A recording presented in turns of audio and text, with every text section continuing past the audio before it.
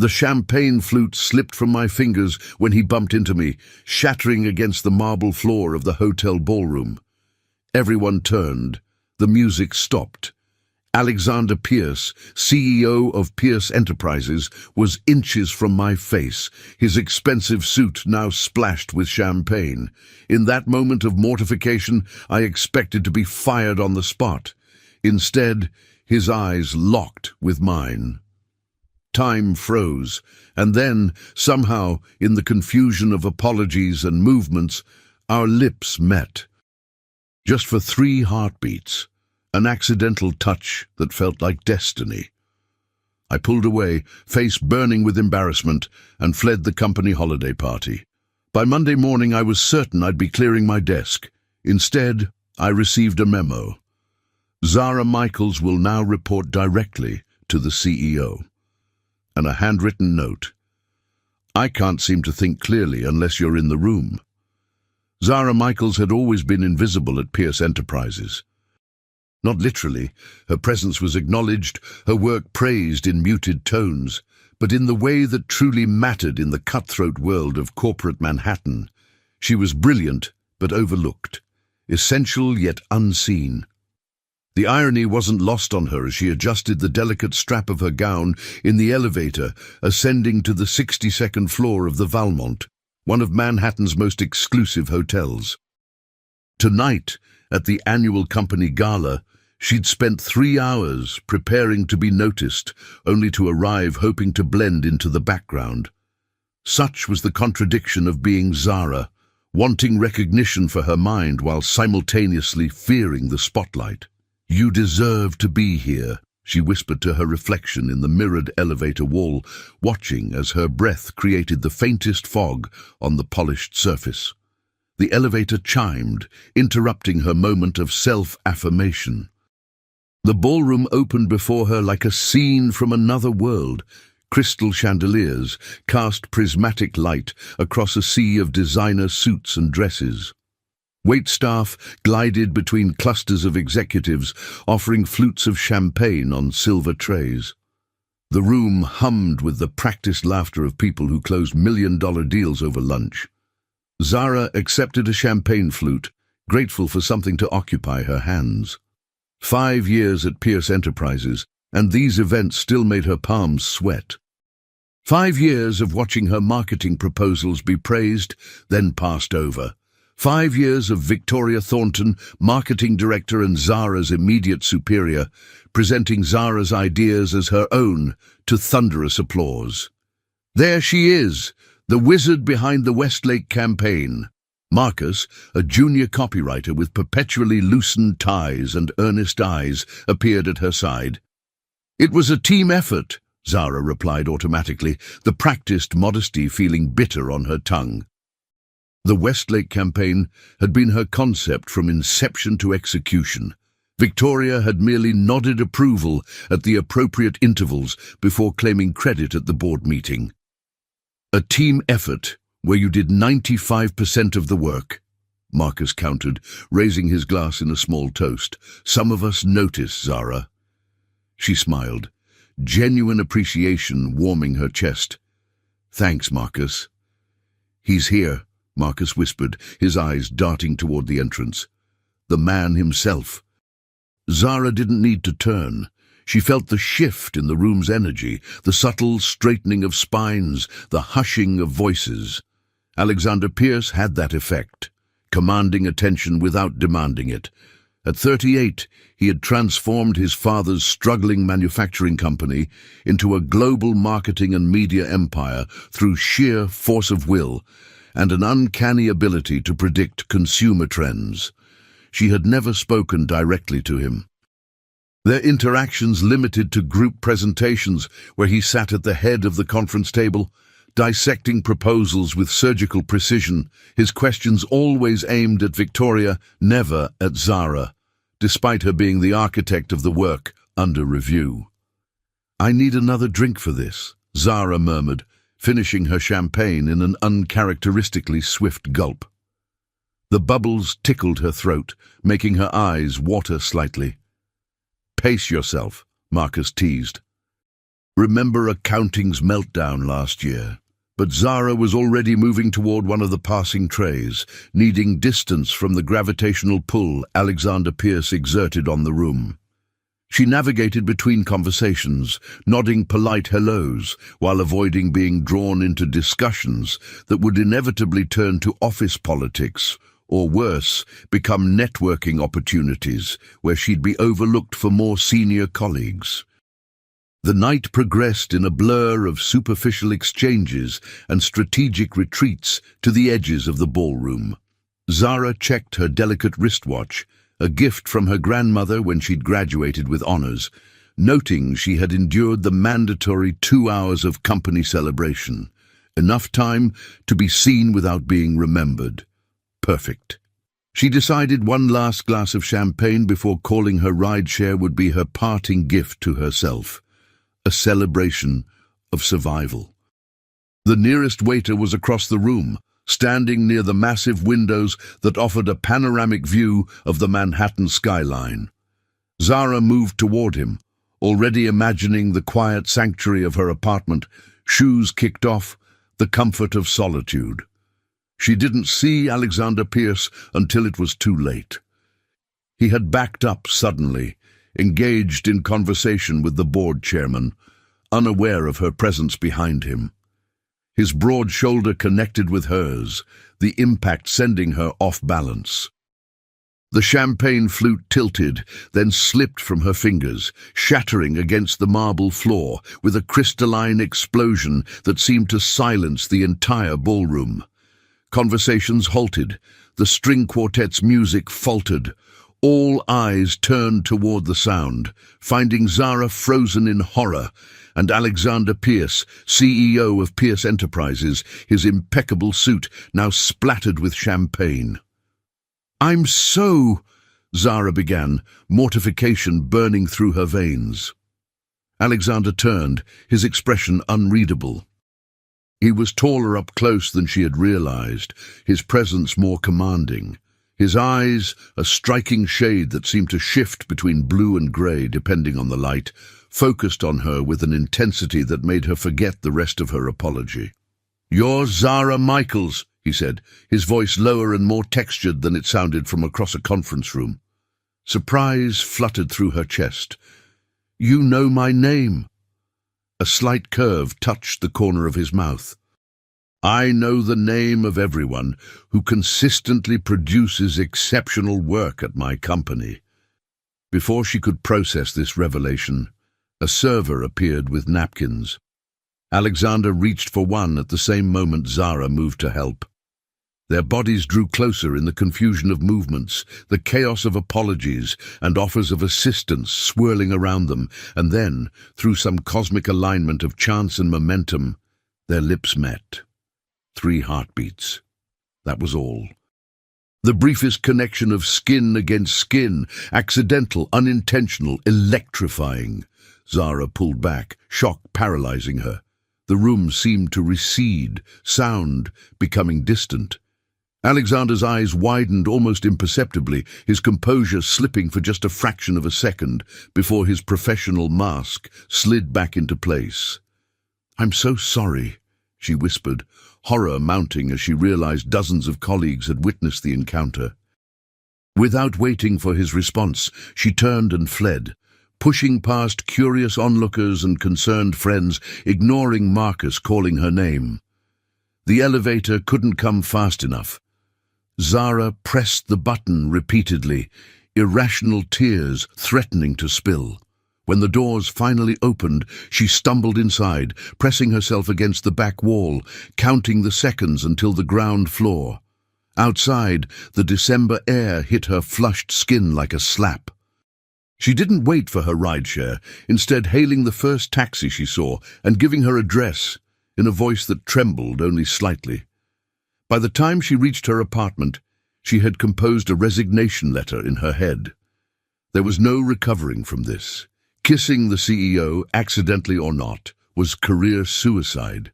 Victoria would ensure she never worked in marketing again, not just at Pierce Enterprises, but anywhere in Manhattan. Zara spent the weekend in a state of anxious preparation, updating her resume, reaching out to contacts at other firms, practicing explanations that somehow made "I accidentally kissed the CEO" sound less catastrophic. By Sunday night, she had convinced herself that termination was the best possible outcome. At worst, she'd become a cautionary tale told at office happy hours. Monday morning arrived with the weight of inevitability. Zara dressed with extra care, armor against the humiliation to come. She chose her most professional outfit, applied her makeup with precision, and twisted her hair into a sleek chignon. If she was going to be fired, she would face it with dignity. The office was unnervingly normal. Colleagues greeted her with the usual Monday morning nods. No whispers followed her to her desk. No knowing looks or subtle smirks. Perhaps news of her disaster hadn't spread as widely as she feared. She had just settled at her computer, steeling herself to draft a preemptive apology email to HR when her phone rang. "Ms. Michaels," came the crisp voice of Elaine, Alexander Pierce's executive assistant. "Your presence is requested in Mr. Pierce's office immediately."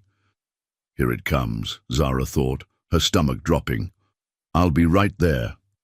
The executive floor was territory she rarely visited. The elevator required a special key card, which Elaine had sent down with an intern. The doors opened to reveal a space of understated luxury, soft carpeting that muffled footsteps, walls adorned with original artwork, and floor-to-ceiling windows showcasing Manhattan in all its morning glory. Elaine, a woman whose efficiency was legendary throughout the company, barely glanced up from her computer. "Go right in. He's expecting you." Alexander's office was larger than Zara's entire apartment. Minimalist in design, yet unmistakably the domain of power. He stood with his back to the door, looking out over the city, a kingdom he had built through relentless ambition. "Mr. Pierce," Zara said, her voice steadier than she felt. "You wanted to see me." He turned, and something in his expression, a softening around the eyes perhaps, caught her off guard.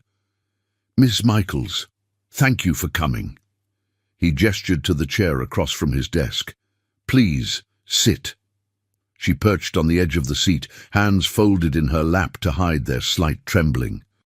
Alexander didn't sit. Instead, he leaned against the edge of his desk, closer than professional distance would dictate. "I owe you an apology for Saturday night." Of all the things she had expected, an apology from him wasn't among them. It was my fault. It was an accident," he said firmly, "one that I'm concerned may have caused you embarrassment." Zara swallowed. It has been uncomfortable to consider facing colleagues after such an incident. Something flickered in his eyes. "Is that why you were planning to resign?" Her surprise must have shown on her face. "Marcus mentioned you were updating your resume this weekend," Alexander explained. He was concerned. Mental note: never tell Marcus anything again. It seemed the appropriate response to the situation. Alexander studied her for a long moment, his gaze so intense she almost looked away. Almost. "I've reviewed your work history at Pierce Enterprises," he said finally. "Your contributions to our most successful campaigns, the Westlake Project, Hamilton Financial, the Barnes rebrand." Zara's heart raced. Those were all projects Victoria had presented as primarily her own work. "I've also noted that you've never been properly credited for these contributions." His voice had an edge now. "That ends today." He handed her a memo on company letterhead. Zara took it with fingers that weren't quite steady, her eyes scanning the text. "Effective immediately, Zara Michaels will report directly to the CEO as Special Projects Director, Marketing Division." Beneath the memo was a handwritten note on Alexander's personal stationery. "I can't seem to think clearly unless you're in the room." Zara looked up, confusion and hope warring in her chest. "I don't understand." Alexander's expression was unreadable, but his voice had softened. "Consider it long overdue recognition of your talents, Ms. Michaels." He paused, then added, "And perhaps a selfish request from a CEO who has realized he works better with certain people on his team." Before she could respond, his phone buzzed. "That will be the board waiting for our meeting." He straightened, professional mask slipping back into place. "We'll discuss the details of your new position this afternoon. 2:00. It was a dismissal, but unlike any Zara had ever received. She stood, memo clutched in her hand like a lifeline, and moved toward the door. "Ms. Michaels," Alexander called after her. She turned. "That color suits you."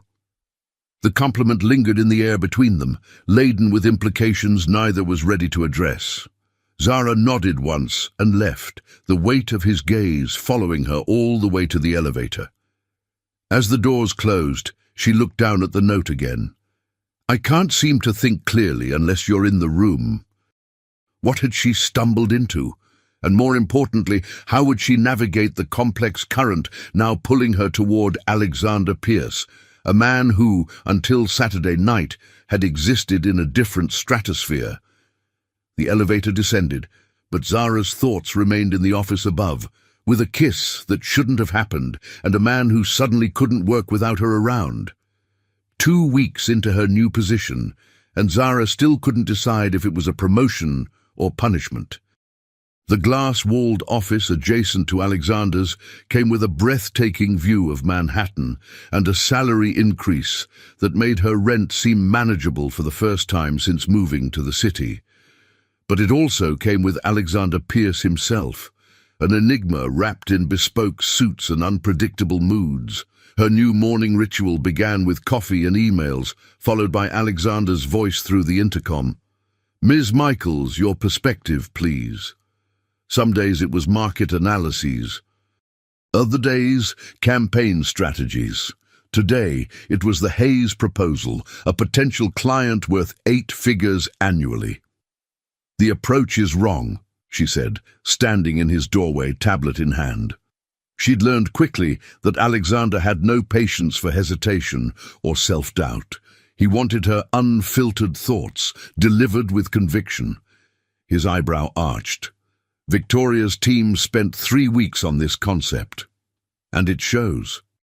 Zara stepped into his office, the subtle scent of his cologne, something woodsy and expensive, momentarily distracting her.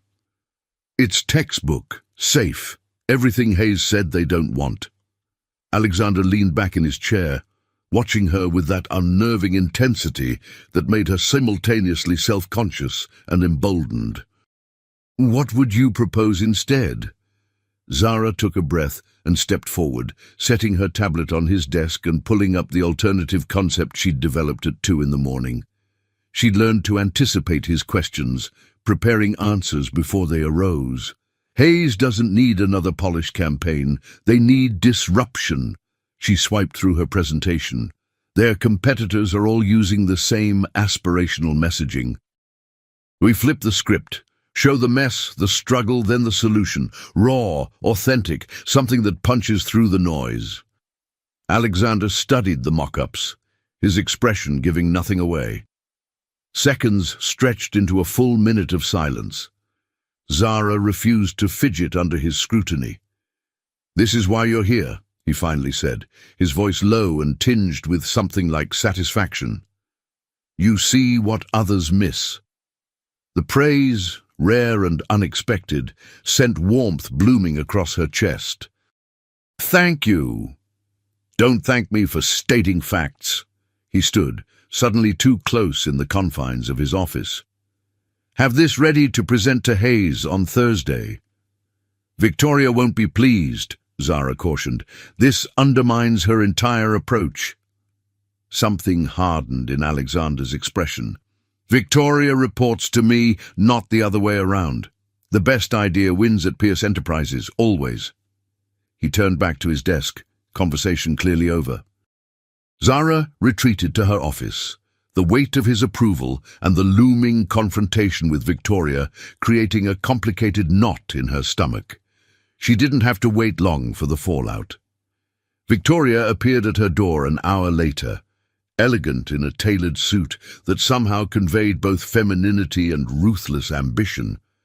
"Quite the coup, getting Pierce to dump 3 weeks of work for your overnight inspiration."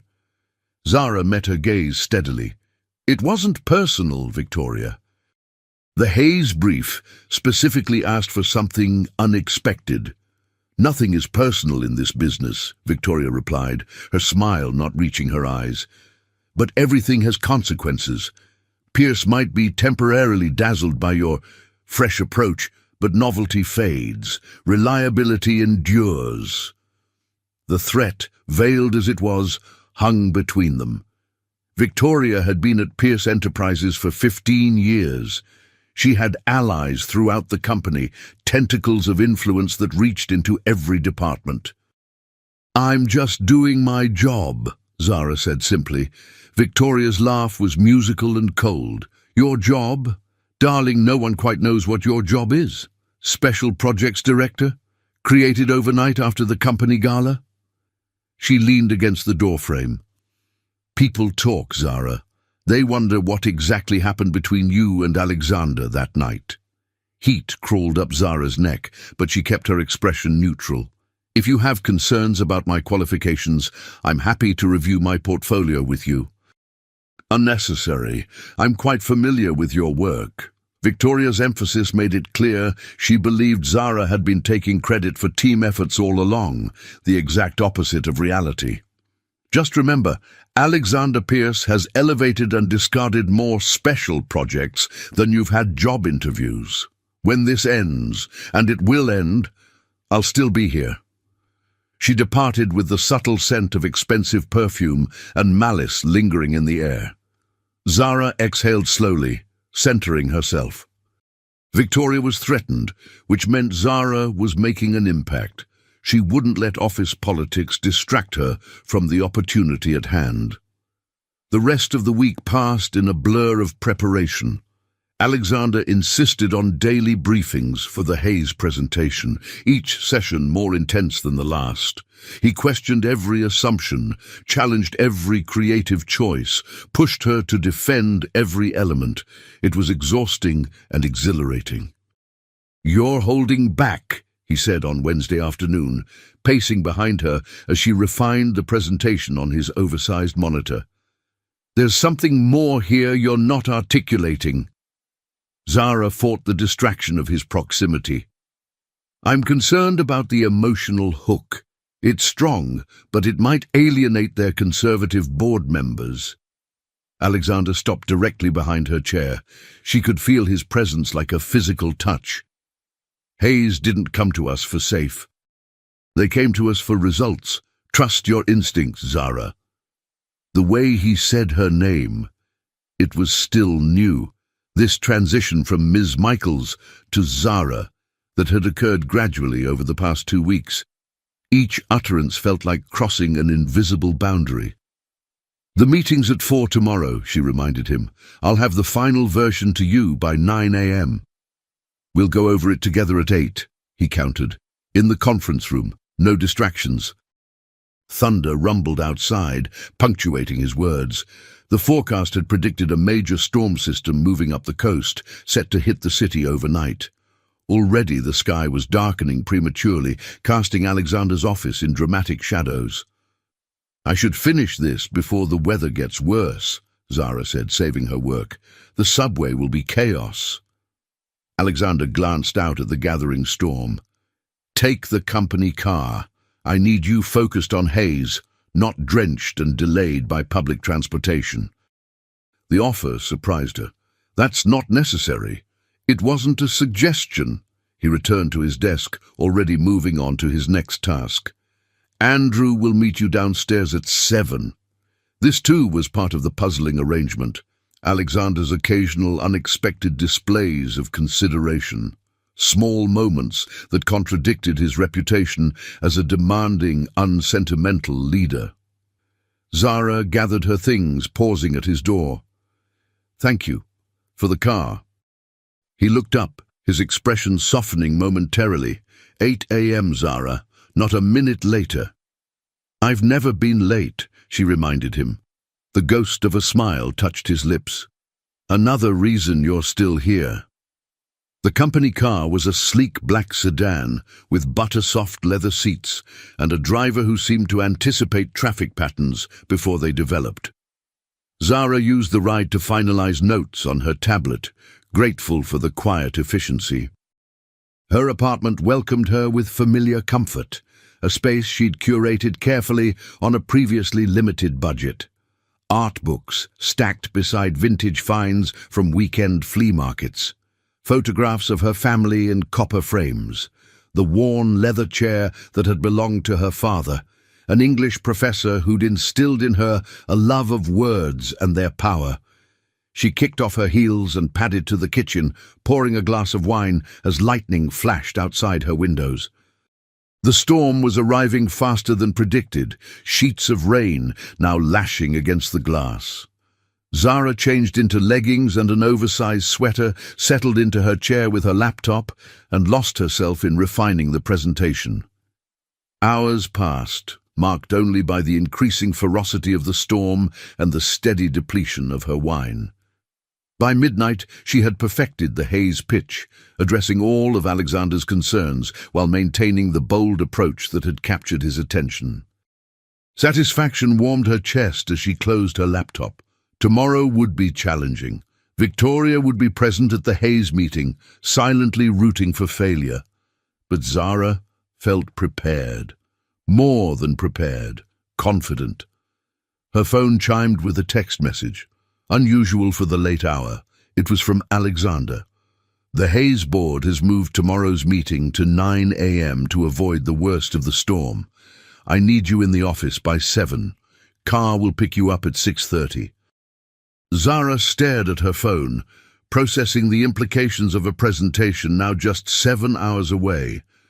A presentation that Alexander hadn't yet approved in its final form. Her thumbs hovered over the keyboard, considering professional responses. Instead, she typed, "Do you ever sleep?" His reply came instantly, "Rarely, problem. Only for your health. Sending you the updated presentation now." Another message appeared. "Already reviewed the version you uploaded to the server an hour ago." "It's excellent. Get some rest." He had been monitoring her work in real time. The realization shouldn't have pleased her, but something about Alexander watching over her efforts, silently approving, sent a ripple of satisfaction through her body. 6:30, she confirmed, setting her alarm before crawling into bed, the storm raging outside mimicking the tumult of her thoughts. Morning arrived with apocalyptic weather. The storm had intensified overnight, transforming Manhattan into a wind tunnel of rain and debris. Zara's phone chimed with flash flood warnings and transit closures as she dressed in her most confidence-inspiring outfit. A structured suit that emphasized her curves while maintaining unquestionable professionalism. The company car arrived precisely at 6:30, Andrew navigating the treacherous conditions with calm expertise.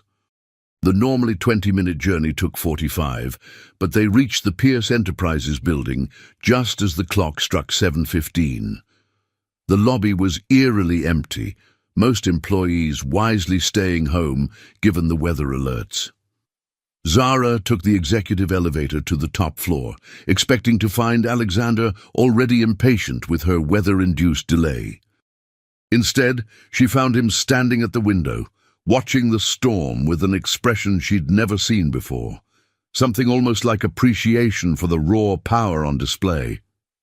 "You made it," he said without turning, somehow sensing her presence. "Barely. The weather service is advising against all non-essential travel." Now he turned, his gaze traveling over her with unconcealed assessment. Hayes just cancelled. Their CEO's flight couldn't land. Relief and disappointment warred within her. "When are they rescheduling?" "Monday." Alexander moved from the window to the coffee machine in the corner of his office, pouring 2 cups. Cream, no sugar, correct? The fact that he knew how she took her coffee, a detail she couldn't recall ever sharing, caught her off guard. Yes, thank you. He handed her the cup, their fingers brushing in a moment of contact that sent electricity racing up her arm. Since we're both here, we might as well use the time productively. A particularly violent gust of wind rattled the windows, underscoring the absurdity of their situation. Possibly the only two people in the entire building, determined to work through a weather emergency. We could go through the Matsuri proposal, Zara suggested, sipping her coffee. Perfect strength, perfect temperature. Alexander nodded, but before he could respond, the lights flickered once, twice, and then plunged the floor into darkness. Emergency lights activated seconds later, bathing the space in an ethereal blue glow. Backup generators, Alexander explained, seemingly unfazed. They'll maintain emergency systems, but not much else. Zara set down her coffee.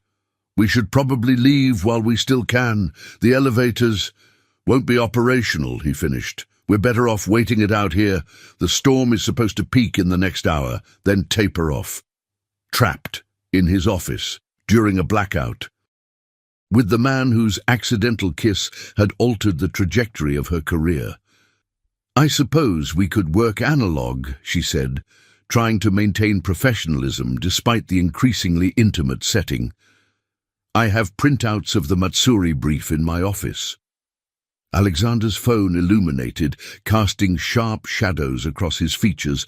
Building security advises sheltering in place. They're shutting down all stairwell access due to flooding in the lower levels. The situation was becoming increasingly surreal. So we're truly stuck here. It appears so. Alexander's gaze met hers in the dim light. Does that concern you, Zara? The question carried weight beyond its simple words. Was he asking if she feared being trapped, or if she feared being trapped with him specifically? I'm more concerned about meeting deadlines than weather inconveniences, she answered carefully. Something like amusement flickered in his eyes. Always the professional. He moved to a cabinet she hadn't noticed before, opening it to reveal a small but well-stocked bar. Since conventional work is challenging without electricity, perhaps we can use this time differently. Bourbon. The offer represented another boundary crossing, from coffee to alcohol, from daytime work to evening conversation. Zara hesitated only briefly before nodding. Neat, please. Alexander poured 2 glasses, handing one to her before settling into one of the leather chairs positioned near the floor-to-ceiling windows. The storm created a dramatic backdrop, lightning periodically illuminating the city below. Sit, Zara. The world won't end if you relax for a moment. She chose the chair opposite his, maintaining a professional distance while accepting the shift in their dynamic. Is this what you normally do during natural disasters? Drink bourbon and watch the chaos? His laugh, rare and surprisingly warm, rolled through the space between them. Is that how you see me, reveling in chaos? You do have a reputation for thriving in high-pressure situations. Thriving in them, yes. Enjoying them? He swirled the amber liquid in his glass. That's a different question. Lightning flashed, illuminating his face in stark relief, the strong jawline, the intensity of his gaze. For a moment, he looked almost vulnerable. Why did you really create this position for me, Alexander? The question had burned within her for weeks. Was it guilt over the incident at the gala? His expression sharpened. You think I restructured my executive team because I felt bad about an accidental kiss? When he put it that way, it did sound absurd. Then why? Alexander studied her for a long moment before answering. I've watched your work for over 2 years, Zara. Proposals that somehow always improved after passing through your hands. Campaigns that carried your distinct insight. Even when presented by Victoria, you've been the unseen force behind our most successful projects. Surprise rendered her momentarily speechless. You knew? I make it my business to know who's truly responsible for excellence in my company." He leaned forward, the movement bringing him closer in the dim light. "The gala incident merely created an opportunity to correct a long-standing oversight. By making me report directly to you," Zara said slowly, processing his words. "By putting you where you can make the greatest impact," his eyes held hers, "and where I can ensure your contributions aren't diluted by others." The implication was clear. He had been aware of Victoria taking credit for Zara's work all along. The realization was both vindicating and unsettling. If he had known, why wait until now to address it? As if reading her thoughts, Alexander continued, "Corporate restructuring requires the right timing, the right justification. Your work on the Westlake campaign provided the evidence I needed. The gala provided the catalyst." "The kiss," Zara clarified, the word hanging between them, charged with unacknowledged tension. Alexander's gaze dropped briefly to her lips before returning to her eyes. An accident that perhaps revealed something neither of us had considered before. Which was? Her voice had grown softer, almost against her will. He set down his bourbon, the movement deliberate, that some accidents are actually inevitabilities delayed. The air between them seemed to thicken, charged with possibility and danger in equal measure. Zara knew she should redirect the conversation back to safer ground, work, clients, anything but the magnetic pull she felt toward him. Instead, she found herself asking, "What did you mean in your note? About not thinking clearly unless I'm in the room?" Lightning flashed again, followed by thunder that seemed to shake the building itself. Alexander's expression in that brief illumination revealed something raw and honest that his carefully maintained control usually concealed. "Exactly what I wrote." His voice had roughened. "My mind works differently when you're present, sharper, more focused, as if—" The overhead light suddenly blazed to life, the power returning as abruptly as it had departed. The spell broken, Zara and Alexander blinked in the harsh fluorescence, the intimate atmosphere of moments before evaporating in the clarity of light. Alexander straightened, professional mask slipping back into place with practiced ease. "It seems we won't be trapped after all." But Zara couldn't shake the feeling that she was already caught in something far more complex and inescapable than a simple power outage, a connection to Alexander Pierce that defied professional boundaries and rational explanation. Her phone chimed with a notification, building services announcing the elevators were operational again, an escape route presenting itself at the precise moment she found herself uncertain if she wanted to leave. "We should take advantage of the restored power," she said, rising from her chair. "The Hayes presentation is already perfect." Alexander finished, standing as well, too close and not close enough simultaneously. "But you're right. Back to work." As Zara moved toward the door, his voice stopped her. "Zara." She turned, finding him watching her with that same inscrutable intensity. "What happened during the blackout? Our conversation stays in the blackout," she supplied, offering him the professional courtesy of pretending their exchange hadn't shifted something fundamental between them. The barely perceptible release of tension in his shoulders confirmed she'd guessed correctly. "Thank you." She nodded once and returned to her office, leaving the door open between their spaces as had become their custom. But the transparency of glass walls and open doors did nothing to clarify the increasingly opaque nature of her relationship with Alexander Pierce, a man who claimed he couldn't think clearly without her in the room, yet seemed determined to maintain the professional barriers between them. The storm continued to rage outside, a fitting metaphor for the turbulence building within her. Because despite every rational argument against it, despite Victoria's warning and her own career ambitions, Zara was beginning to want far more than professional recognition from Alexander Pierce. And that desire was the most dangerous storm of all. "Milan?" Zara repeated, certain she had misheard Alexander's casually delivered announcement. The Bellini Group insists on presenting their proposal in person. Alexander handed her a sleek leather portfolio. Their CEO is old-school Italian. Believes true business only happens face-to-face. Zara opened the portfolio to find a first-class airline ticket, hotel reservation at the iconic Four Seasons Hotel in Milan, and a detailed itinerary spanning 3 days. This is in 36 hours. Is that a problem? Alexander raised an eyebrow, challenge evident in his expression. The past month had established a rhythm between them.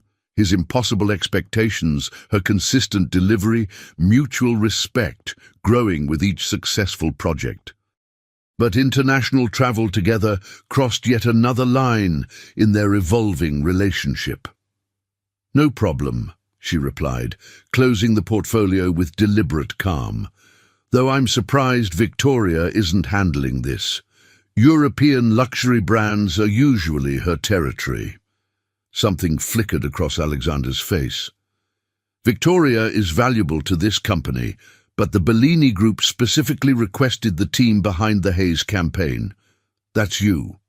And you, Zara pointed out. And me, he acknowledged with the ghost of a smile. We leave tomorrow evening. The company jet will depart at 8. The company jet. Of course. Zara maintained her composed expression despite the whirlwind of emotions beneath. I'll be prepared. I know you will.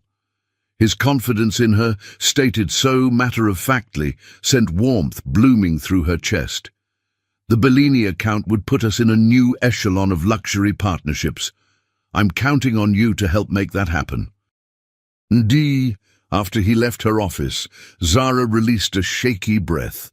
Milan, with Alexander, for 3 days. The professional opportunity was extraordinary.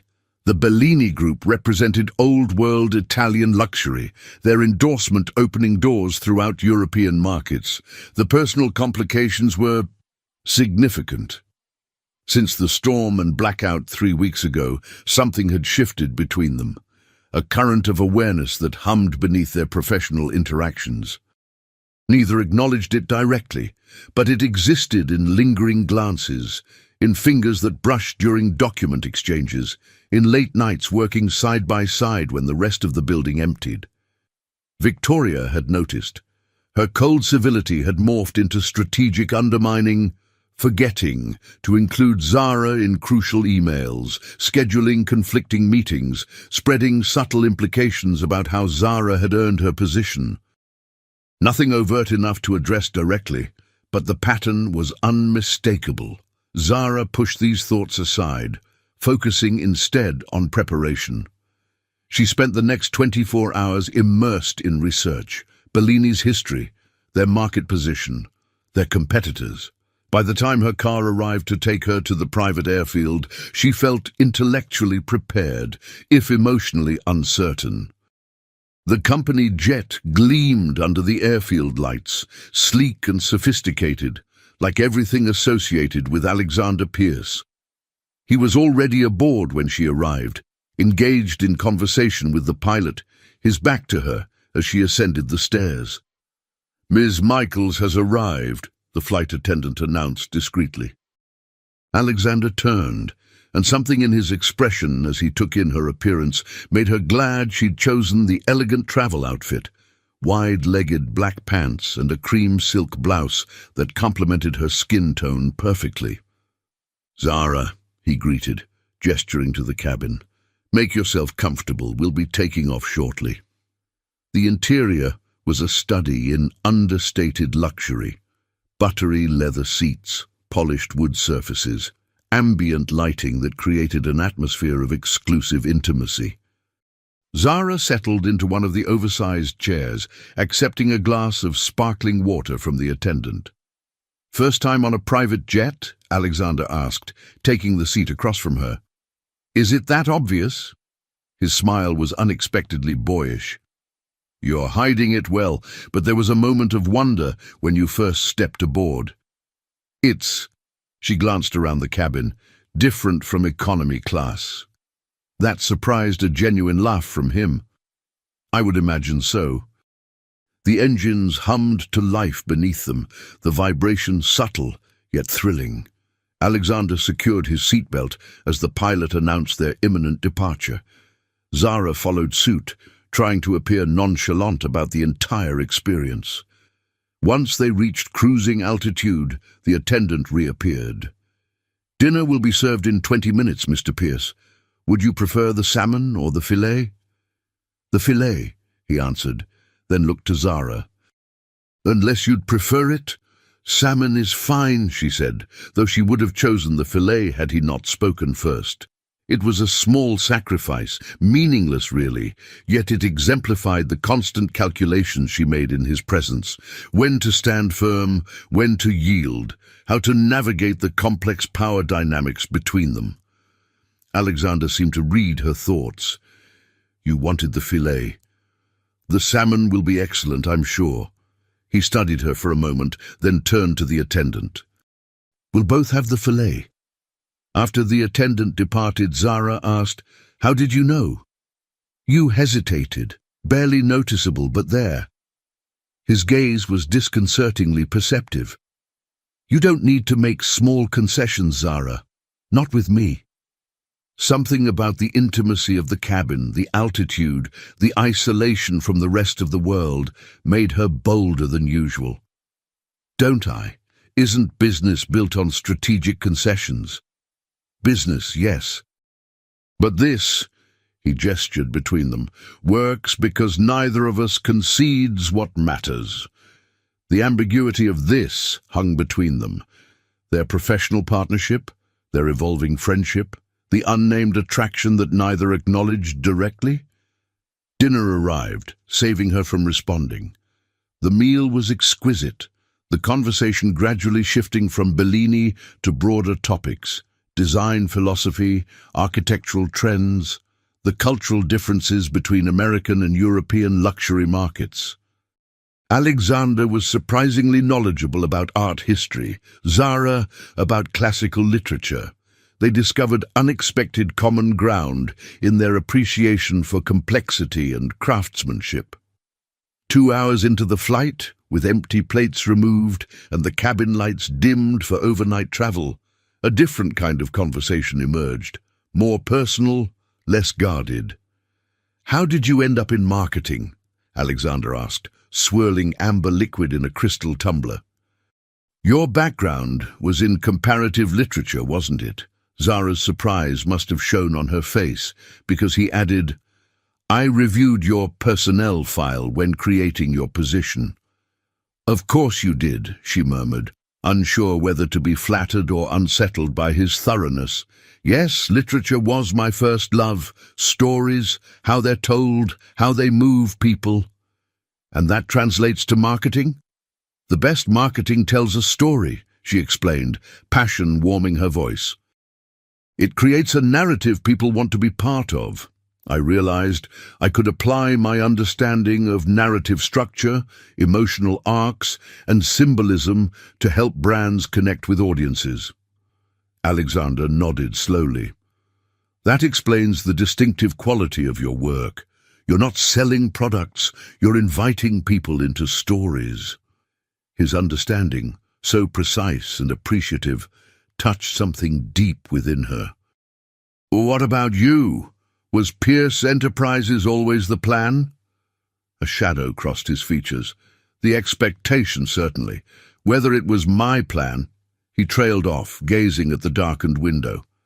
"My father built this company from nothing. His father was a factory worker, his mother a seamstress. He clawed his way into business school, worked 3 jobs, created opportunities through sheer force of will." Zara remained silent, sensing he rarely spoke of this. "He expected the same hunger from me," Alexander continued, his voice taking on a distant quality. "But I was born into privilege he created. The hunger had to come from somewhere else." "Where did it come from?" she asked softly. His eyes met hers, something vulnerable flickering behind them. Fear of disappointing him. Fear of being unworthy of the legacy. Fear of failing the one thing that mattered to him most. The admission, so honest, so contrary to his public image of unwavering confidence, struck Zara deeply. And now? Your father's been gone for what? 5 years? 7, he corrected.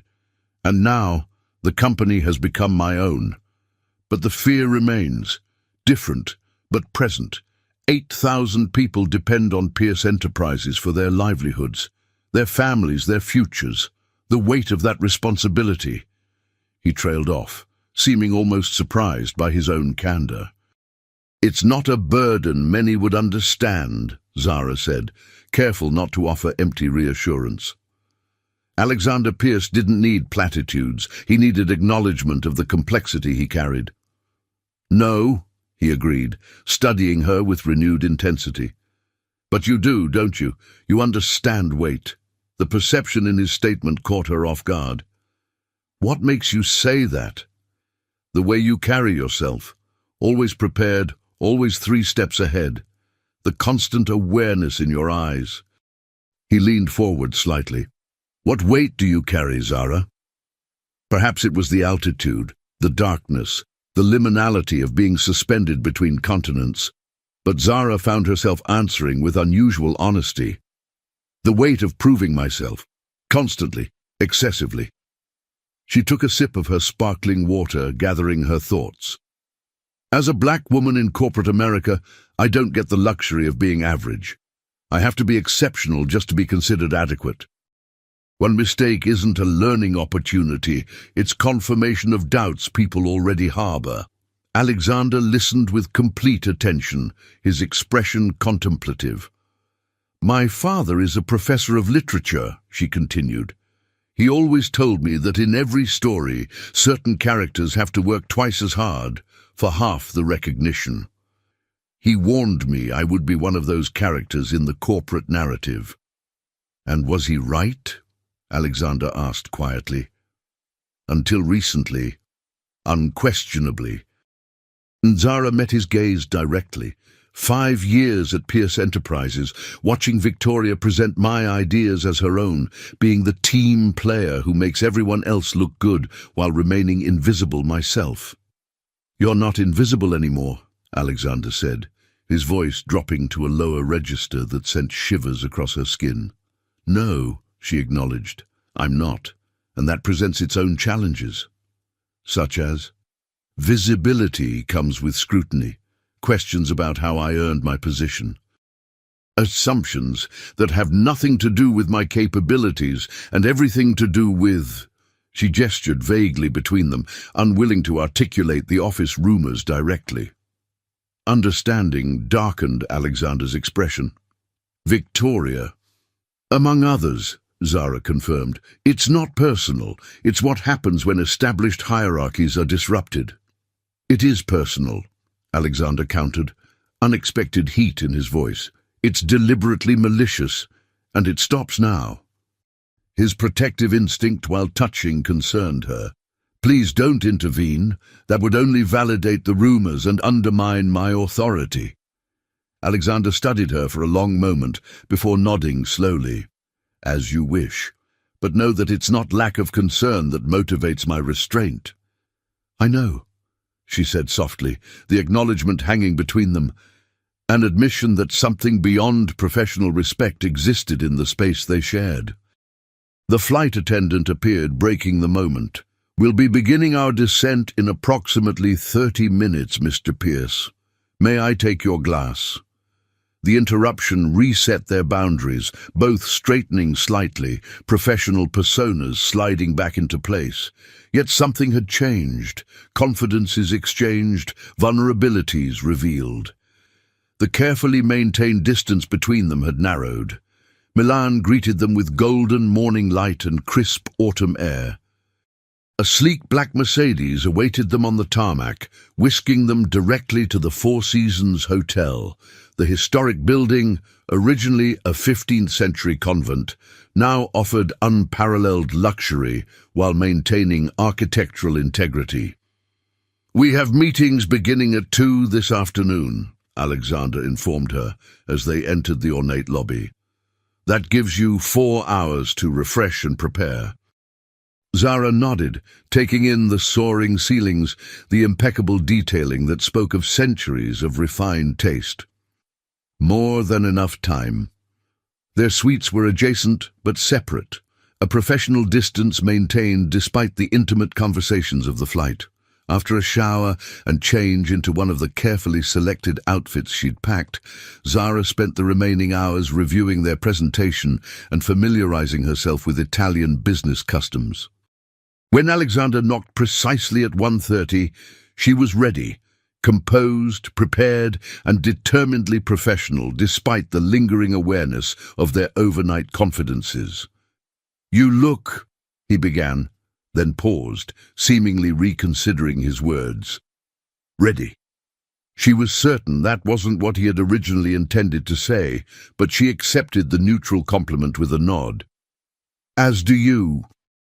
The afternoon unfolded in a succession of meetings, beginning with Bellini's executive team at their headquarters, a Renaissance palazzo converted into modern offices while preserving its historic grandeur. Alexander and Zara presented as a seamless unit, his strategic vision complementing her creative approach, their unspoken understanding, allowing them to anticipate and support each other's points. "Impressive," murmured Franco Bellini, the silver-haired patriarch who still maintained control of the family business despite his 70-plus years. "You two work together, as if you share one mind." The observation, intended as a compliment, nonetheless highlighted the unusual connection that had developed between them. Zara maintained her professional smile while feeling Alexander's gaze briefly touch her profile. Dinner that evening was a formal affair at one of Milan's most exclusive restaurants, where business discussions blended with cultural exchange and increasing camaraderie. The Bellini team, initially reserved, warmed considerably as the evening progressed. "Your approach to our heritage brand is refreshing, Ms. Michaels," Franco commented over dessert. "American agencies typically try to modernize us beyond recognition. You understand that our tradition is our strength." "Tradition only maintains value when it evolves organically," Zara replied. "Our goal isn't to change your identity, but to help new generations discover its relevance to their lives." Franco nodded appreciatively before turning to Alexander. "You have found a rare talent, my friend. Hold on to this one." Alexander's gaze met Zara's across the table, something unreadable in his expression. "That is certainly my intention." The evening concluded with handshakes and promises of continued discussion the following day. As they stepped into the cool Milan night, Alexander suggested walking back to the hotel, a 20-minute stroll through the historic center. "You handled Franco perfectly," he said, as they passed the illuminated Duomo, its Gothic spires reaching toward the stars. "He rarely warms to anyone so quickly." "He reminds me of my grandfather," Zara admitted. "Strong opinions, stronger values, but willing to listen when approached with respect." They walked in comfortable silence for several moments, the ancient city breathing around them. Few words were needed after a day of intense communication. The distance between them had naturally reduced, their shoulders occasionally brushing as they navigated the narrow cobblestone streets. "I never thanked you," Zara said suddenly. Alexander glanced at her, questioningly. "For creating this opportunity. For seeing value in my work when others didn't." The gratitude had been building within her, needing expression. "Whatever your reasons, you changed the trajectory of my career, of my life." He stopped walking, turning to face her fully, the street lamp casting dramatic shadows across his features. "I didn't give you anything you hadn't already earned, Zara. I simply removed the obstacles, preventing your natural rise." "Nevertheless," she insisted softly, "thank you." Perhaps it was the magic of Milan, the success of the day, or the intimacies exchanged during their flight. But Alexander's professional reserve seemed to falter. His gaze dropped to her lips for the briefest moment before returning to her eyes. "There's something I need to tell you," he said, his voice lower, more personal than she had ever heard it. "Something I should have made clear from the beginning." Zara's heart accelerated, anticipation and fear mingling in her veins. "What is that?" He stepped closer, the scent of his cologne enveloping her. "The reason I can't think clearly unless you're in the room isn't just about your professional contributions. It's—" His phone rang, the harsh electronic intrusion shattering the moment. Alexander's expression hardened as he checked the display. "It's Elaine. She wouldn't call at this hour unless—" "Answer it," Zara urged, both relieved and disappointed by the interruption. Alexander stepped away, his voice immediately shifting to its professional cadence. "Pierce speaking." Zara watched as his expression transformed from annoyance to concern to alarm in the space of seconds. "When?" he demanded. "How bad?" "No, don't issue any statement until I've reviewed the situation. I'll call Thompson immediately." He ended the call, his entire demeanor transformed. "There's been a data breach at headquarters. Client information, potentially compromised." The romantic moment had evaporated completely, replaced by crisis management. "How serious? Serious enough that I need to address it immediately." Alexander was already typing on his phone, summoning resources. "I'm sorry, but we need to cut our trip short. I've arranged for the jet to be ready at 7 a.m. Just like that, the spell of Milan was broken. They walked briskly back to the hotel, all personal matters set aside as Alexander made calls and Zara coordinated with the Bellini team to reschedule their remaining meetings. By the time they reached the hotel, they were fully back in professional mode, the almost confession in the lamplit street relegated to the realm of might-have-beens. "I'll meet you in the lobby at 6:30, Alexander said as they reached their respective suite doors. "Try to get some rest." Zara nodded, understanding that whatever vulnerability he had been about to reveal had been safely recontained behind his professional walls. "Of course. Good night, Alexander." He hesitated, something unresolved lingering in his gaze. "Zara, what I was going to say can wait," she finished for him, offering the reprieve she sensed he now wanted. "We have more important concerns." Relief and regret mingled in his expression. "Yes, we do." As her door closed between them, Zara leaned against it, heart pounding with everything unsaid. Milan had brought them to the edge of something profound. Confessions exchanged, barriers lowered, an almost admission of feelings that transcended professional boundaries. But perhaps the interruption was fortuitous. Whatever Alexander had been about to confess would have irrevocably altered their working relationship.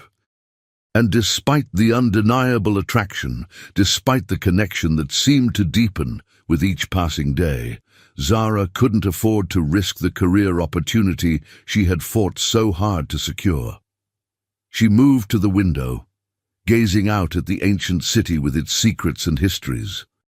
Whatever Alexander Pierce felt for her, whatever she increasingly felt for him, would remain unspoken for now, locked away like the treasures in Milan's museums, valuable, beautiful, and safely contained behind protective barriers. Tomorrow they would return to New York, to Pierce Enterprises, to the roles and responsibilities that defined them.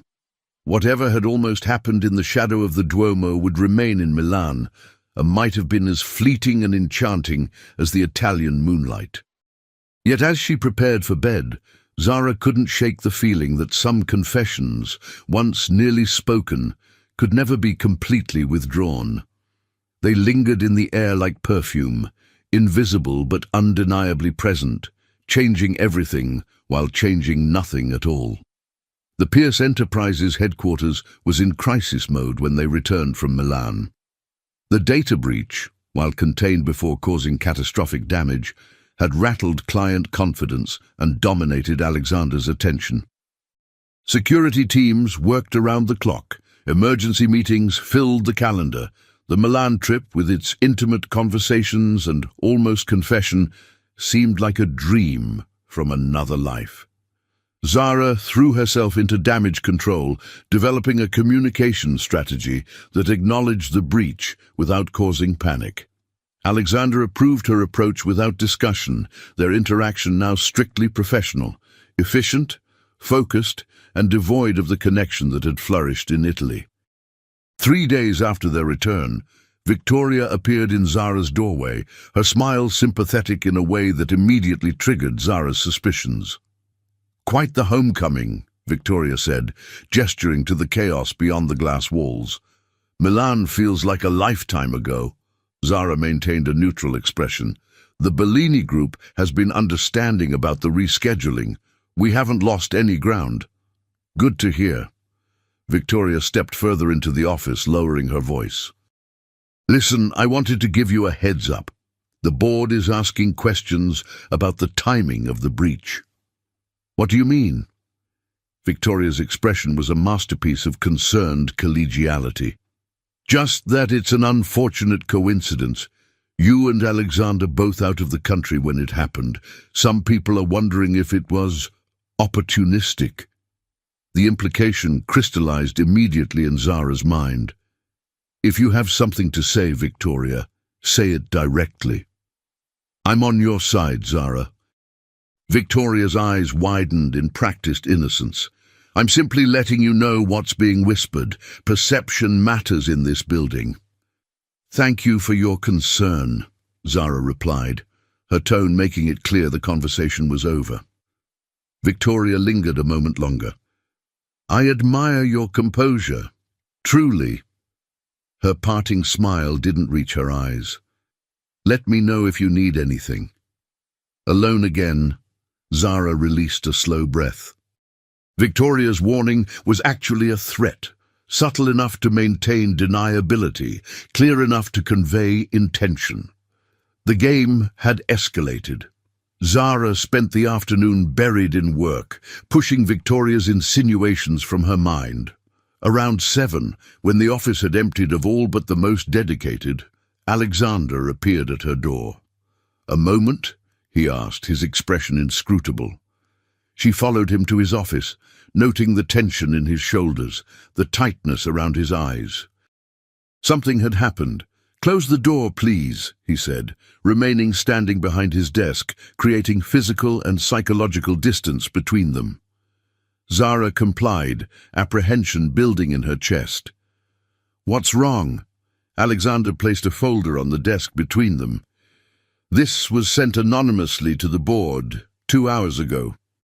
She opened it to find printouts of confidential Pierce Enterprises documents, client information, strategy proposals, financial projections, along with email exchanges between Zara and Alexander discussing sensitive matters.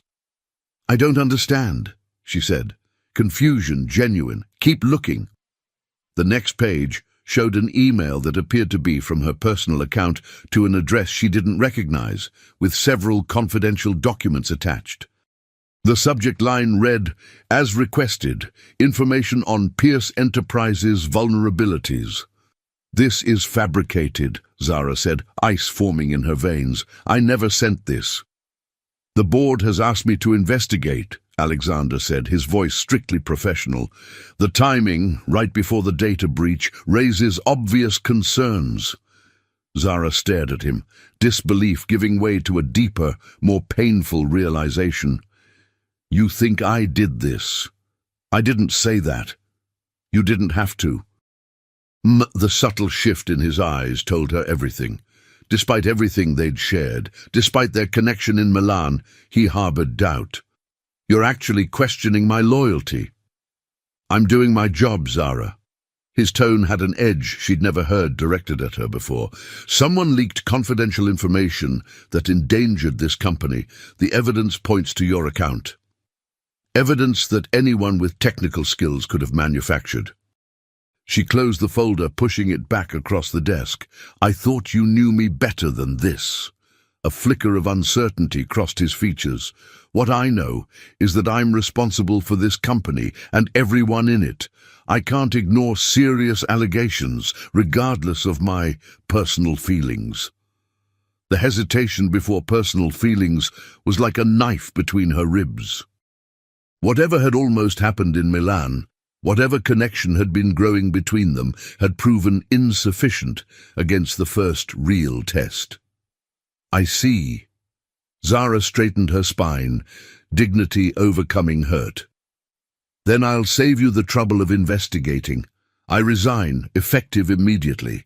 Alexander's composure faltered. "That's not what I'm asking for." "No, you're asking for something worse. You're asking me to defend my integrity to someone who should never have questioned it." She removed her company ID from her blazer pocket and placed it on his desk. "I've spent 5 years proving myself at Pierce Enterprises. I won't spend another minute justifying my existence to you or anyone else." "Zara, wait. For what?" She met his gaze directly, allowing him to see the full extent of her disappointment. "For you to decide if I'm trustworthy. I know who I am, Alexander. I know what I've contributed. And I know when I'm not valued." Something like regret shadowed his expression. "You're making a mistake." "No," she replied softly. "I believe you're making the mistake, but that's no longer my concern."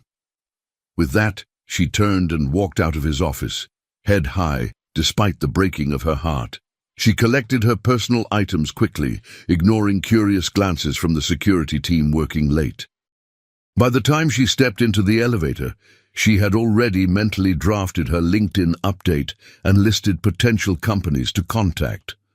The resignation of Zara Michaels from Pierce Enterprises sent ripples through the industry. Her phone lit up with messages from colleagues and competitors alike. Victoria's strategic undermining had inadvertently raised Zara's profile. People had noticed her work on the Hayes account, her rapid rise to Alexander's inner circle. 3 days after her resignation, Zara sat across from Catherine Winters, CEO of Winters Media Group, a smaller but rapidly growing agency known for innovative approaches and ethical practices. "Frankly, I've been hoping you'd become available," Catherine said, pushing a proposal across the table. "Your work on Hayes was remarkable. We'd create a position specifically for your talents, Creative Strategy Director, with full autonomy over your team and projects." The offer was generous: better title, better salary, equity options, and most importantly, recognition of her value. Exactly what she deserved, what she had earned through years of excellence. So why did it feel hollow? "I'm interested," Zara said, and she wasn't lying. The opportunity was exceptional. "But I'd like a few days to consider all options." Catherine nodded, understanding the subtext. "Take the time you need, but know that we're prepared to move quickly once you decide." Back in her apartment, Zara placed Catherine's offer on her kitchen counter and stared at it. The logical choice was clear. Pierce Enterprises had undervalued her for years, then discarded her based on manufactured evidence. Alexander had revealed his true colors. Willing to believe the worst despite everything they'd shared, yet something held her back from accepting the Winters offer. Unfinished business, perhaps. Or the nagging certainty that someone had gone to extraordinary lengths to remove her from Pierce Enterprises. Victoria was the obvious suspect, but proving it seemed impossible now that Zara no longer had access to company systems. Her phone rang. An unknown number flashing on the screen. Wary but curious, she answered. "Zara Michaels speaking." "Ms. Michaels, this is Marcus Thompson, Chief Technical Officer at Pierce Enterprises." Zara's grip tightened on the phone. "Mr. Thompson, what can I do for you?" "This is somewhat irregular," he began, discomfort evident in his tone, "but I believe you should know about certain findings from our investigation into the data breach." Interest piqued, Zara sat straighter. I'm listening. The leaked information came from a sophisticated intrusion into our systems. However, during our forensic analysis, we discovered something troubling. The emails allegedly sent from your account, they were actually generated using administrative access that belongs to only one person besides myself and Mr. Pierce. Victoria Thornton, Zara said, the pieces clicking into place. I can't officially confirm that, Thompson replied carefully, but yes, and there's more. The breach itself appears to have been timed specifically to coincide with you and Mr. Pierce being out of the country. It was strategic. Zara processed this information, anger and vindication warring within her. Why are you telling me this? A pause. Because it's the right thing to do, and because... He hesitated. The company hasn't been the same since you left.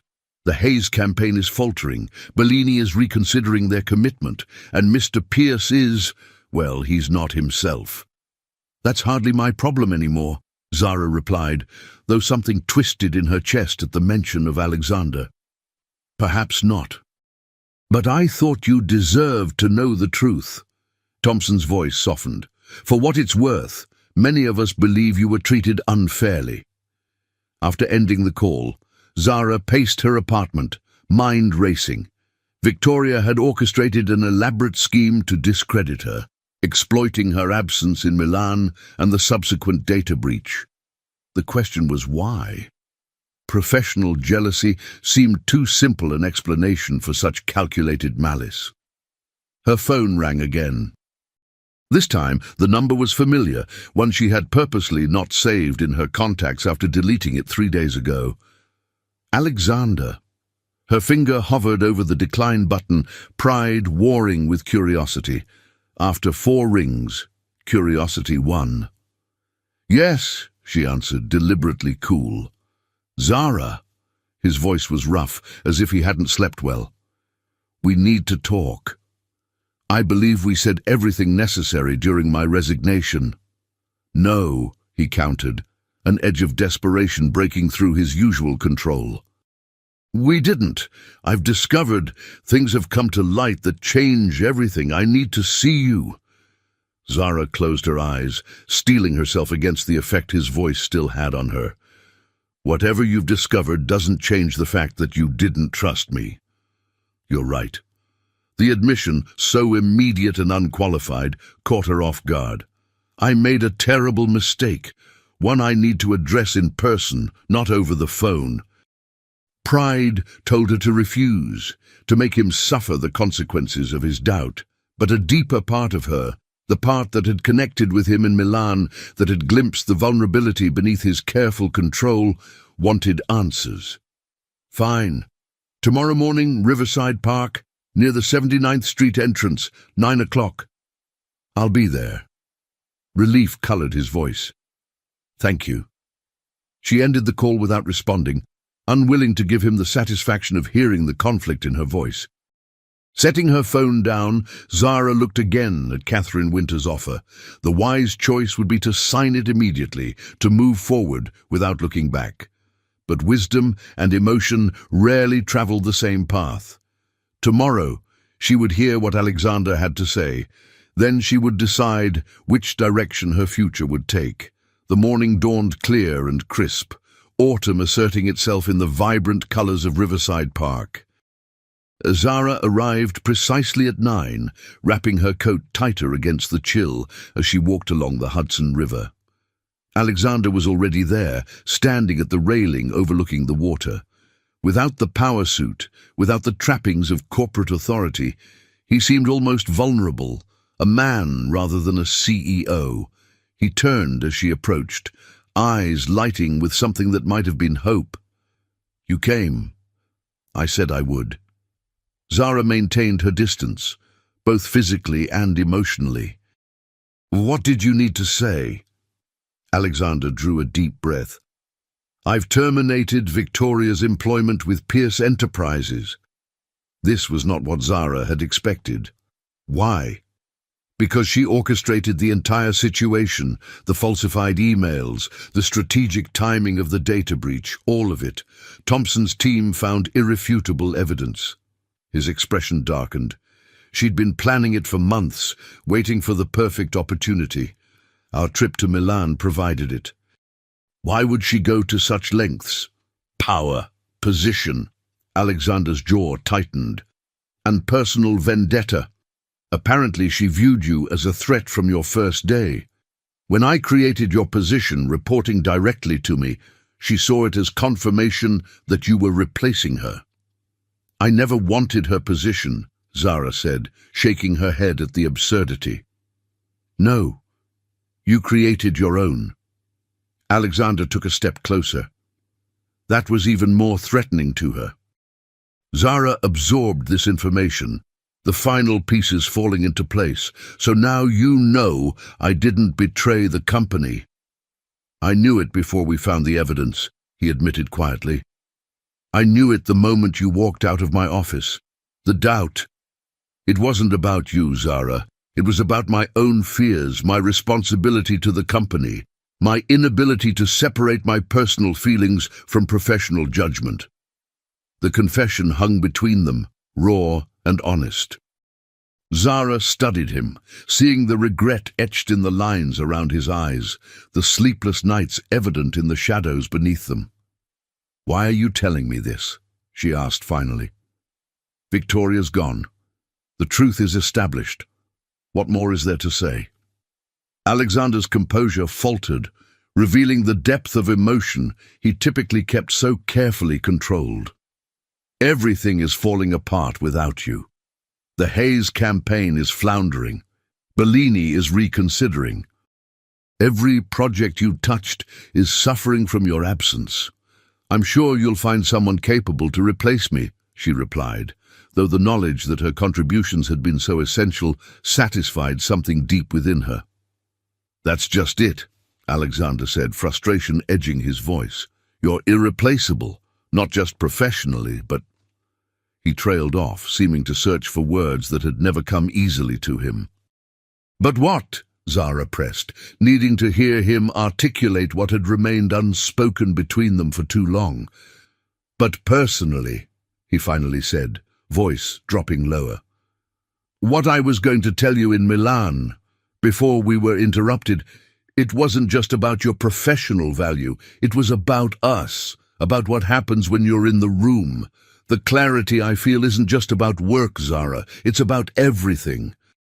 The admission, so long in coming, sent warmth spreading through her chest, despite her determination to remain detached. You doubted me, Alexander. When it mattered most, you questioned my integrity. Yes, he acknowledged, not trying to justify or explain away his mistake, and I will regret that for the rest of my life. But I'm asking, not for forgiveness, not yet, but for a chance to earn back your trust. How? The question emerged softer than she'd intended.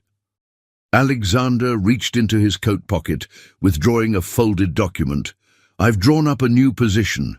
Chief Creative Officer, with equal authority to mine over all creative and strategic decisions, full board seat, equity partnership.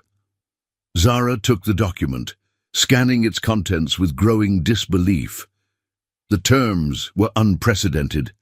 Genuine partnership, not subordination disguised as promotion.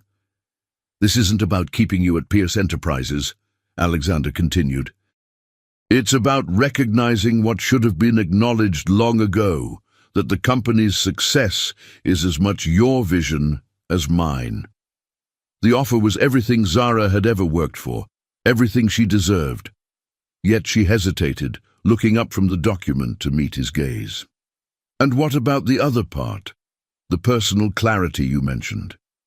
Alexander stepped closer, close enough that she could see the flecks of grey in his blue eyes. That's the more important question, isn't it? What happens between us, beyond the boardroom? Yes, Zara agreed softly. It is. I don't have all the answers, he admitted, vulnerability evident in his expression. I only know that when you left, Not just the company, but my life. Everything lost its focus, its meaning. The confession, so raw and unguarded, touched something deep within her. Yet caution tempered her response. I won't be someone's emotional support system, Alexander. Not even yours, especially not when trust is so easily broken. I'm not asking you to be. His gaze held hers, unflinching. I'm asking for the chance to show you that what happened was the mistake of a lifetime, one I'll never repeat. I'm asking for the opportunity to discover what we might become, as equals in every sense.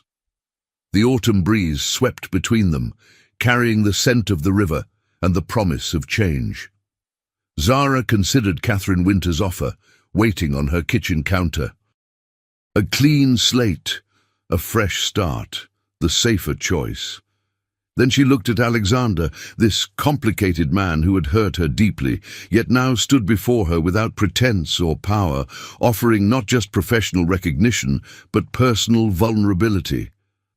I need time, she said finally, to consider what's best for my future. Disappointment flickered across his features, quickly masked. Of course, the offer has no expiration date. As she turned to leave, his voice stopped her. Zara! She looked back. Whatever you decide, he said quietly, know that the mistake was mine alone. You were always extraordinary. I was just too blinded by my own fears to trust what I already knew. The words followed her as she walked away, settling into her heart like seeds that might, with proper care and time, grow into something strong and enduring. Or they might remain dormant, a possibility never realized. The choice, for the first time in their complex relationship, was entirely hers to make, tentar novamente. 3 days after their meeting in Riverside Park, Zara sat in her apartment surrounded by possibility. 2 offers lay before her. Catherine Winter's generous proposal and Alexander's unprecedented partnership. Each represented a different future, a different version of herself. The practical choice was clear. Winter's media group offered the safety of a fresh start, uncomplicated by personal entanglements or painful history. Catherine Winters was a woman who had built her company by elevating other women, creating a culture of mutual respect and recognition. Pierce Enterprises represented risk. Despite Alexander's apparent sincerity, trust, once broken, was not easily repaired. Yet something about walking away felt incomplete, like abandoning a story before its final chapter. Zara's phone chimed with a text from Marcus. The Westlake campaign is officially tanking. VP of Marketing requesting emergency meeting tomorrow. Thought you should know. She set the phone down, an unexpected protectiveness surging for the campaign she had built from concept to execution. It was her creation, her vision, and now it was faltering without her guidance. Another text arrived, this one from Catherine. Looking forward to your decision. Team is excited about the possibility of your leadership. The contrast wasn't lost on her. Winters offered appreciation for what she could bring. Pierce was floundering without what she had already created. Zara moved to her window, gazing out at the Manhattan skyline glittering in the evening light. Success had always been her non-negotiable goal, recognition for her brilliance, respect for her contribution. Alexander had offered both, alongside something more complicated and potentially more valuable. Partnership in every sense. But was it enough? Words and offers on paper couldn't erase the memory of doubt in his eyes when he'd questioned her integrity. Her decision crystallized with unexpected clarity. There was only one way to know if Alexander's remorse was genuine, if his vision of partnership was real, or merely desperation to salvage his company's success. She would have to test it. Morning found her in the lobby of Pierce Enterprises, visitor badge clipped to her blazer, security escorting her to the executive floor where the Westlake crisis meeting was scheduled. She hadn't informed Alexander of her attendance, a deliberate choice to gauge his reaction. The conference room fell silent when she entered, expressions ranging from shock to relief rippling across familiar faces. Victoria's absence was conspicuous, her usual seat at Alexander's right hand empty. Alexander himself froze mid-sentence, surprise and something like hope flashing across his features before his professional mask reasserted itself. "Ms. Michaels, this is unexpected." "I heard Westlake is struggling," she replied, remaining standing rather than taking a seat. "Since it was my campaign, I thought I might offer some perspective." He studied her for a long moment before nodding. "We would appreciate your insight." He gestured to the empty chair beside him, Victoria's former position. "I prefer to stand," Zara said, a subtle assertion of her independence. "My involvement is strictly consultative at this point." Understanding dawned in Alexander's eyes. She was testing him, testing this new dynamic he had promised. "Of course, whenever you're ready." For the next hour, Zara dissected the missteps that had occurred since her departure. The creative team had abandoned key elements of her vision, diluting the campaign's distinctive voice. The media strategy had shifted toward conventional channels rather than the disruptive approach that had initially captured Westlake's enthusiasm. Alexander listened without interruption, his attention complete, his respect evident in both his silence and his occasional nods of agreement. When she finished, he turned to the team. "Implement Ms. Michaels's recommendations immediately," he instructed. "All of them." The meeting adjourned with renewed energy, team members filing out with purpose that had been lacking when Zara arrived. Only Alexander remained, watching her with careful restraint. "Thank you," he said simply, "for coming today." "I care about the work," she replied. "Always have." "I know." He maintained a respectful distance between them. "Have you made a decision about the offer?" Zara met his gaze directly. "Not yet." "There's something I need to understand first." "What's that?" "The difference between being valued and being needed." She leaned against the conference table, studying him. "You said everything fell apart without me, that you can't think clearly unless I'm in the room. That's need, Alexander, but is it respect? Is it recognition of my value independent of how it serves you?" The question hung between them, weighted with everything unspoken. Alexander considered his response carefully, understanding its significance. "A fair question," he acknowledged, "and one I've asked myself repeatedly since you left." "And what answer did you find?" "That I've been confusing the two for most of my life." His honesty was unexpected. "My father needed me to fulfill his legacy. The company needs me to maintain its success. I needed you to bring clarity to my vision." He paused, gathering thoughts that seemed difficult to articulate. "But value is different, isn't it? Value exists regardless of utility." Zara nodded, surprised by his insight. "Exactly." "Your value to Pierce Enterprises is immeasurable," Alexander continued, "but your value as Zara Michaels, your intelligence, your integrity, your unique perspective exists completely independent of this company. Of me." His eyes held hers. "I see that now."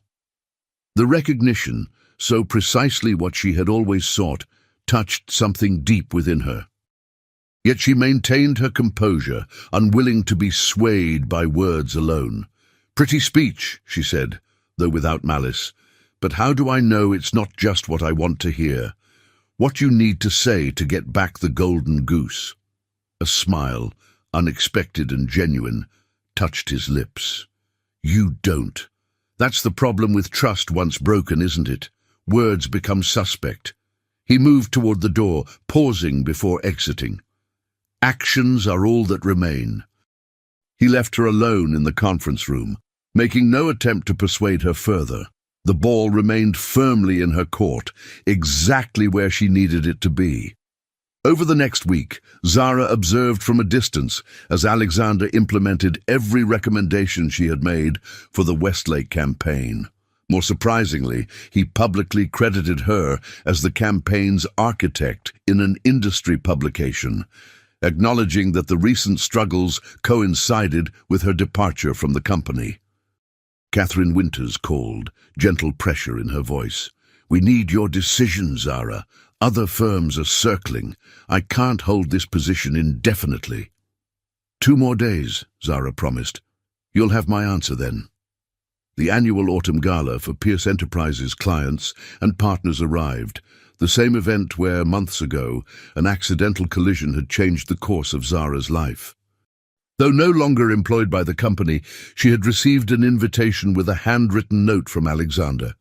"No pressure, just closure, whatever you decide." She debated attending, understanding the symbolic weight of returning to where it all began. In the end, curiosity won over caution. The Valmont Hotel's ballroom was as opulent as she remembered, though she entered with a confidence she hadn't possessed at the previous gala. Conversations paused briefly as heads turned to acknowledge her arrival, whispers following in her wake. Alexander was across the room, engaged in conversation with the Westlake CEO, who was gesturing enthusiastically about something. He hadn't noticed her yet, giving Zara the opportunity to observe him undetected. He looked tired beneath his impeccable appearance, the subtle signs visible only to someone who had studied him as closely as she had. When he finally spotted her, the change in his expression was immediate, a lightening, an awakening. He excused himself from his conversation and began moving toward her, his path intercepted multiple times by clients and colleagues eager for his attention. Zara accepted a champagne flute from a passing server, deliberately avoiding another accidental encounter. By the time Alexander reached her, she had positioned herself near the massive windows overlooking the city, the same spot where their lips had accidentally met months before. "You came," he said, echoing his words from Riverside Park. "Closure, as you suggested." She sipped her champagne, maintaining her composure despite the acceleration of her pulse. "The Westlake CEO seems pleased. The campaign is back on track?" "Yes, thanks to your intervention." Alexander's gaze was steady on hers. "Though that's not why you're here." Zara raised an eyebrow. "No? You could have sent recommendations by email. You didn't need to attend the crisis meeting in person, just as you don't need to be at this gala." His perception had always been disarming. "You're testing me, testing us." "Perhaps," she conceded. "Or perhaps I'm simply curious about what might have been." "Might have been," he repeated, something like sadness touching his expression. "Have you made your decision then?" Zara set her champagne flute on a nearby table. "Tell me something, Alexander. When you created that position for me after the gala, was it because of the kiss or because of my mind?" The question had lingered unasked for months, its answer suddenly critical to her decision. Alexander considered her for a long moment, understanding the weight of her question. "Both," he finally said, honesty replacing diplomacy. "The kiss made me see you as more than just another employee, but your mind, your extraordinary mind, is what made me realize I couldn't lose you to another company." "And now? Is your offer of partnership about reclaiming what we almost had in Milan, or about my value to Pierce Enterprises?" "Again, both," he admitted. "I won't insult you by pretending otherwise. What began as professional recognition has evolved into something more complicated. Something I've never experienced with anyone else." His candor was refreshing, the absence of strategic calculation in his words striking Zara more powerfully than any rehearsed declaration could have. This was Alexander stripped of CEO armor, simply a man acknowledging complex truth. "I've decided to accept Catherine Winters' offer," she said quietly. Pain flickered across his features, quickly masked, but undeniably real. "I understand. It's the smart choice. It was, she agreed. Until this morning, confusion replaced resignation in his expression. What happened this morning? I saw the industry publication, your interview about Westlake, where you publicly credited me as the campaign's architect and took personal responsibility for the mishandling of its direction after my departure. She studied him carefully. That wasn't necessary for Pierce Enterprises. In fact, it probably hurt the company's reputation, but you did it anyway. Because it was true, Alexander said simply, because your work deserves recognition, regardless of how it affects me or the company. Exactly. Zara allowed a small smile. That's when I knew. Knew what?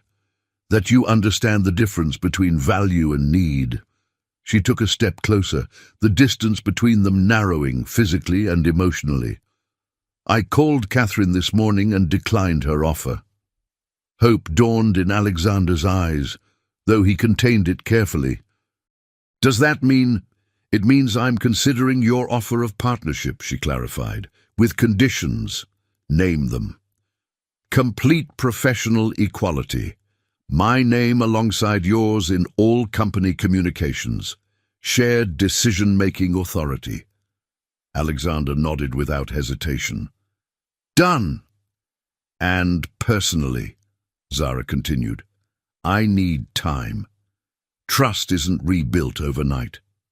I don't expect it to be. His voice softened. What happened in Milan, what I was going to tell you before we were interrupted, remains true. But I can wait, Zara, for however long it takes. The hotel ballroom around them faded into peripheral awareness, the moment between them expanding to contain possibilities neither had allowed themselves to fully acknowledge before now. There's one more thing, Zara said, maintaining the last crucial boundary. I won't be your employee and your lover. It's partnership or nothing, Alexander. In every sense.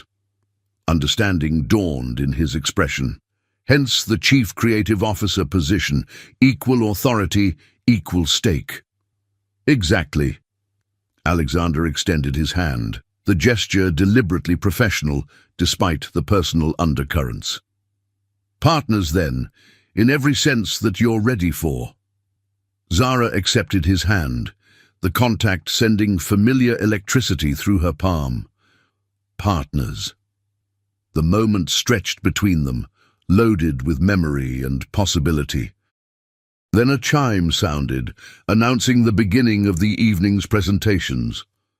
I believe we're expected on stage, Alexander said, releasing her hand reluctantly. The Westlake presentation. We haven't prepared together, Zara pointed out. A genuine smile transformed his features. We've never needed to. Remember what Franco Bellini said in Milan. We work together as if we share one mind. As they moved toward the stage, a subtle shift occurred. No longer CEO and employee, but equals united in purpose and vision. When Alexander began the presentation, he did so with an unexpected announcement. Before we showcase the Westlake campaign, I'd like to share some company news. Effective immediately, Pierce Enterprises will be led by dual chief executives, myself as CEO, and Zara Michaels as Chief Creative Officer, with equal authority and equal vision. Murmurs rippled through the audience, surprise and speculation evident in the reactions. Alexander continued, his voice steady. This partnership represents the future of Pierce Enterprises, a future built on recognizing exceptional talent, fostering innovation, and creating space for diverse perspectives at the highest levels of leadership. As he spoke, his hand found hers beneath the podium, away from the audience's view. A small gesture, deliberate rather than accidental this time. His fingers entwined with hers, a private acknowledgement of the dual partnership they were embarking upon, professional and potentially more. Zara squeezed his hand once before releasing it, stepping forward to begin her portion of the presentation. In that brief touch, she conveyed what words had yet to express, that trust could be rebuilt, that hearts could be mended, that accidental beginnings could lead to intentional futures. The Westlake presentation unfolded with seamless synergy between them, their professional connection evident to everyone watching. What remained invisible was the personal journey from collision to collaboration, from doubt to renewed possibility.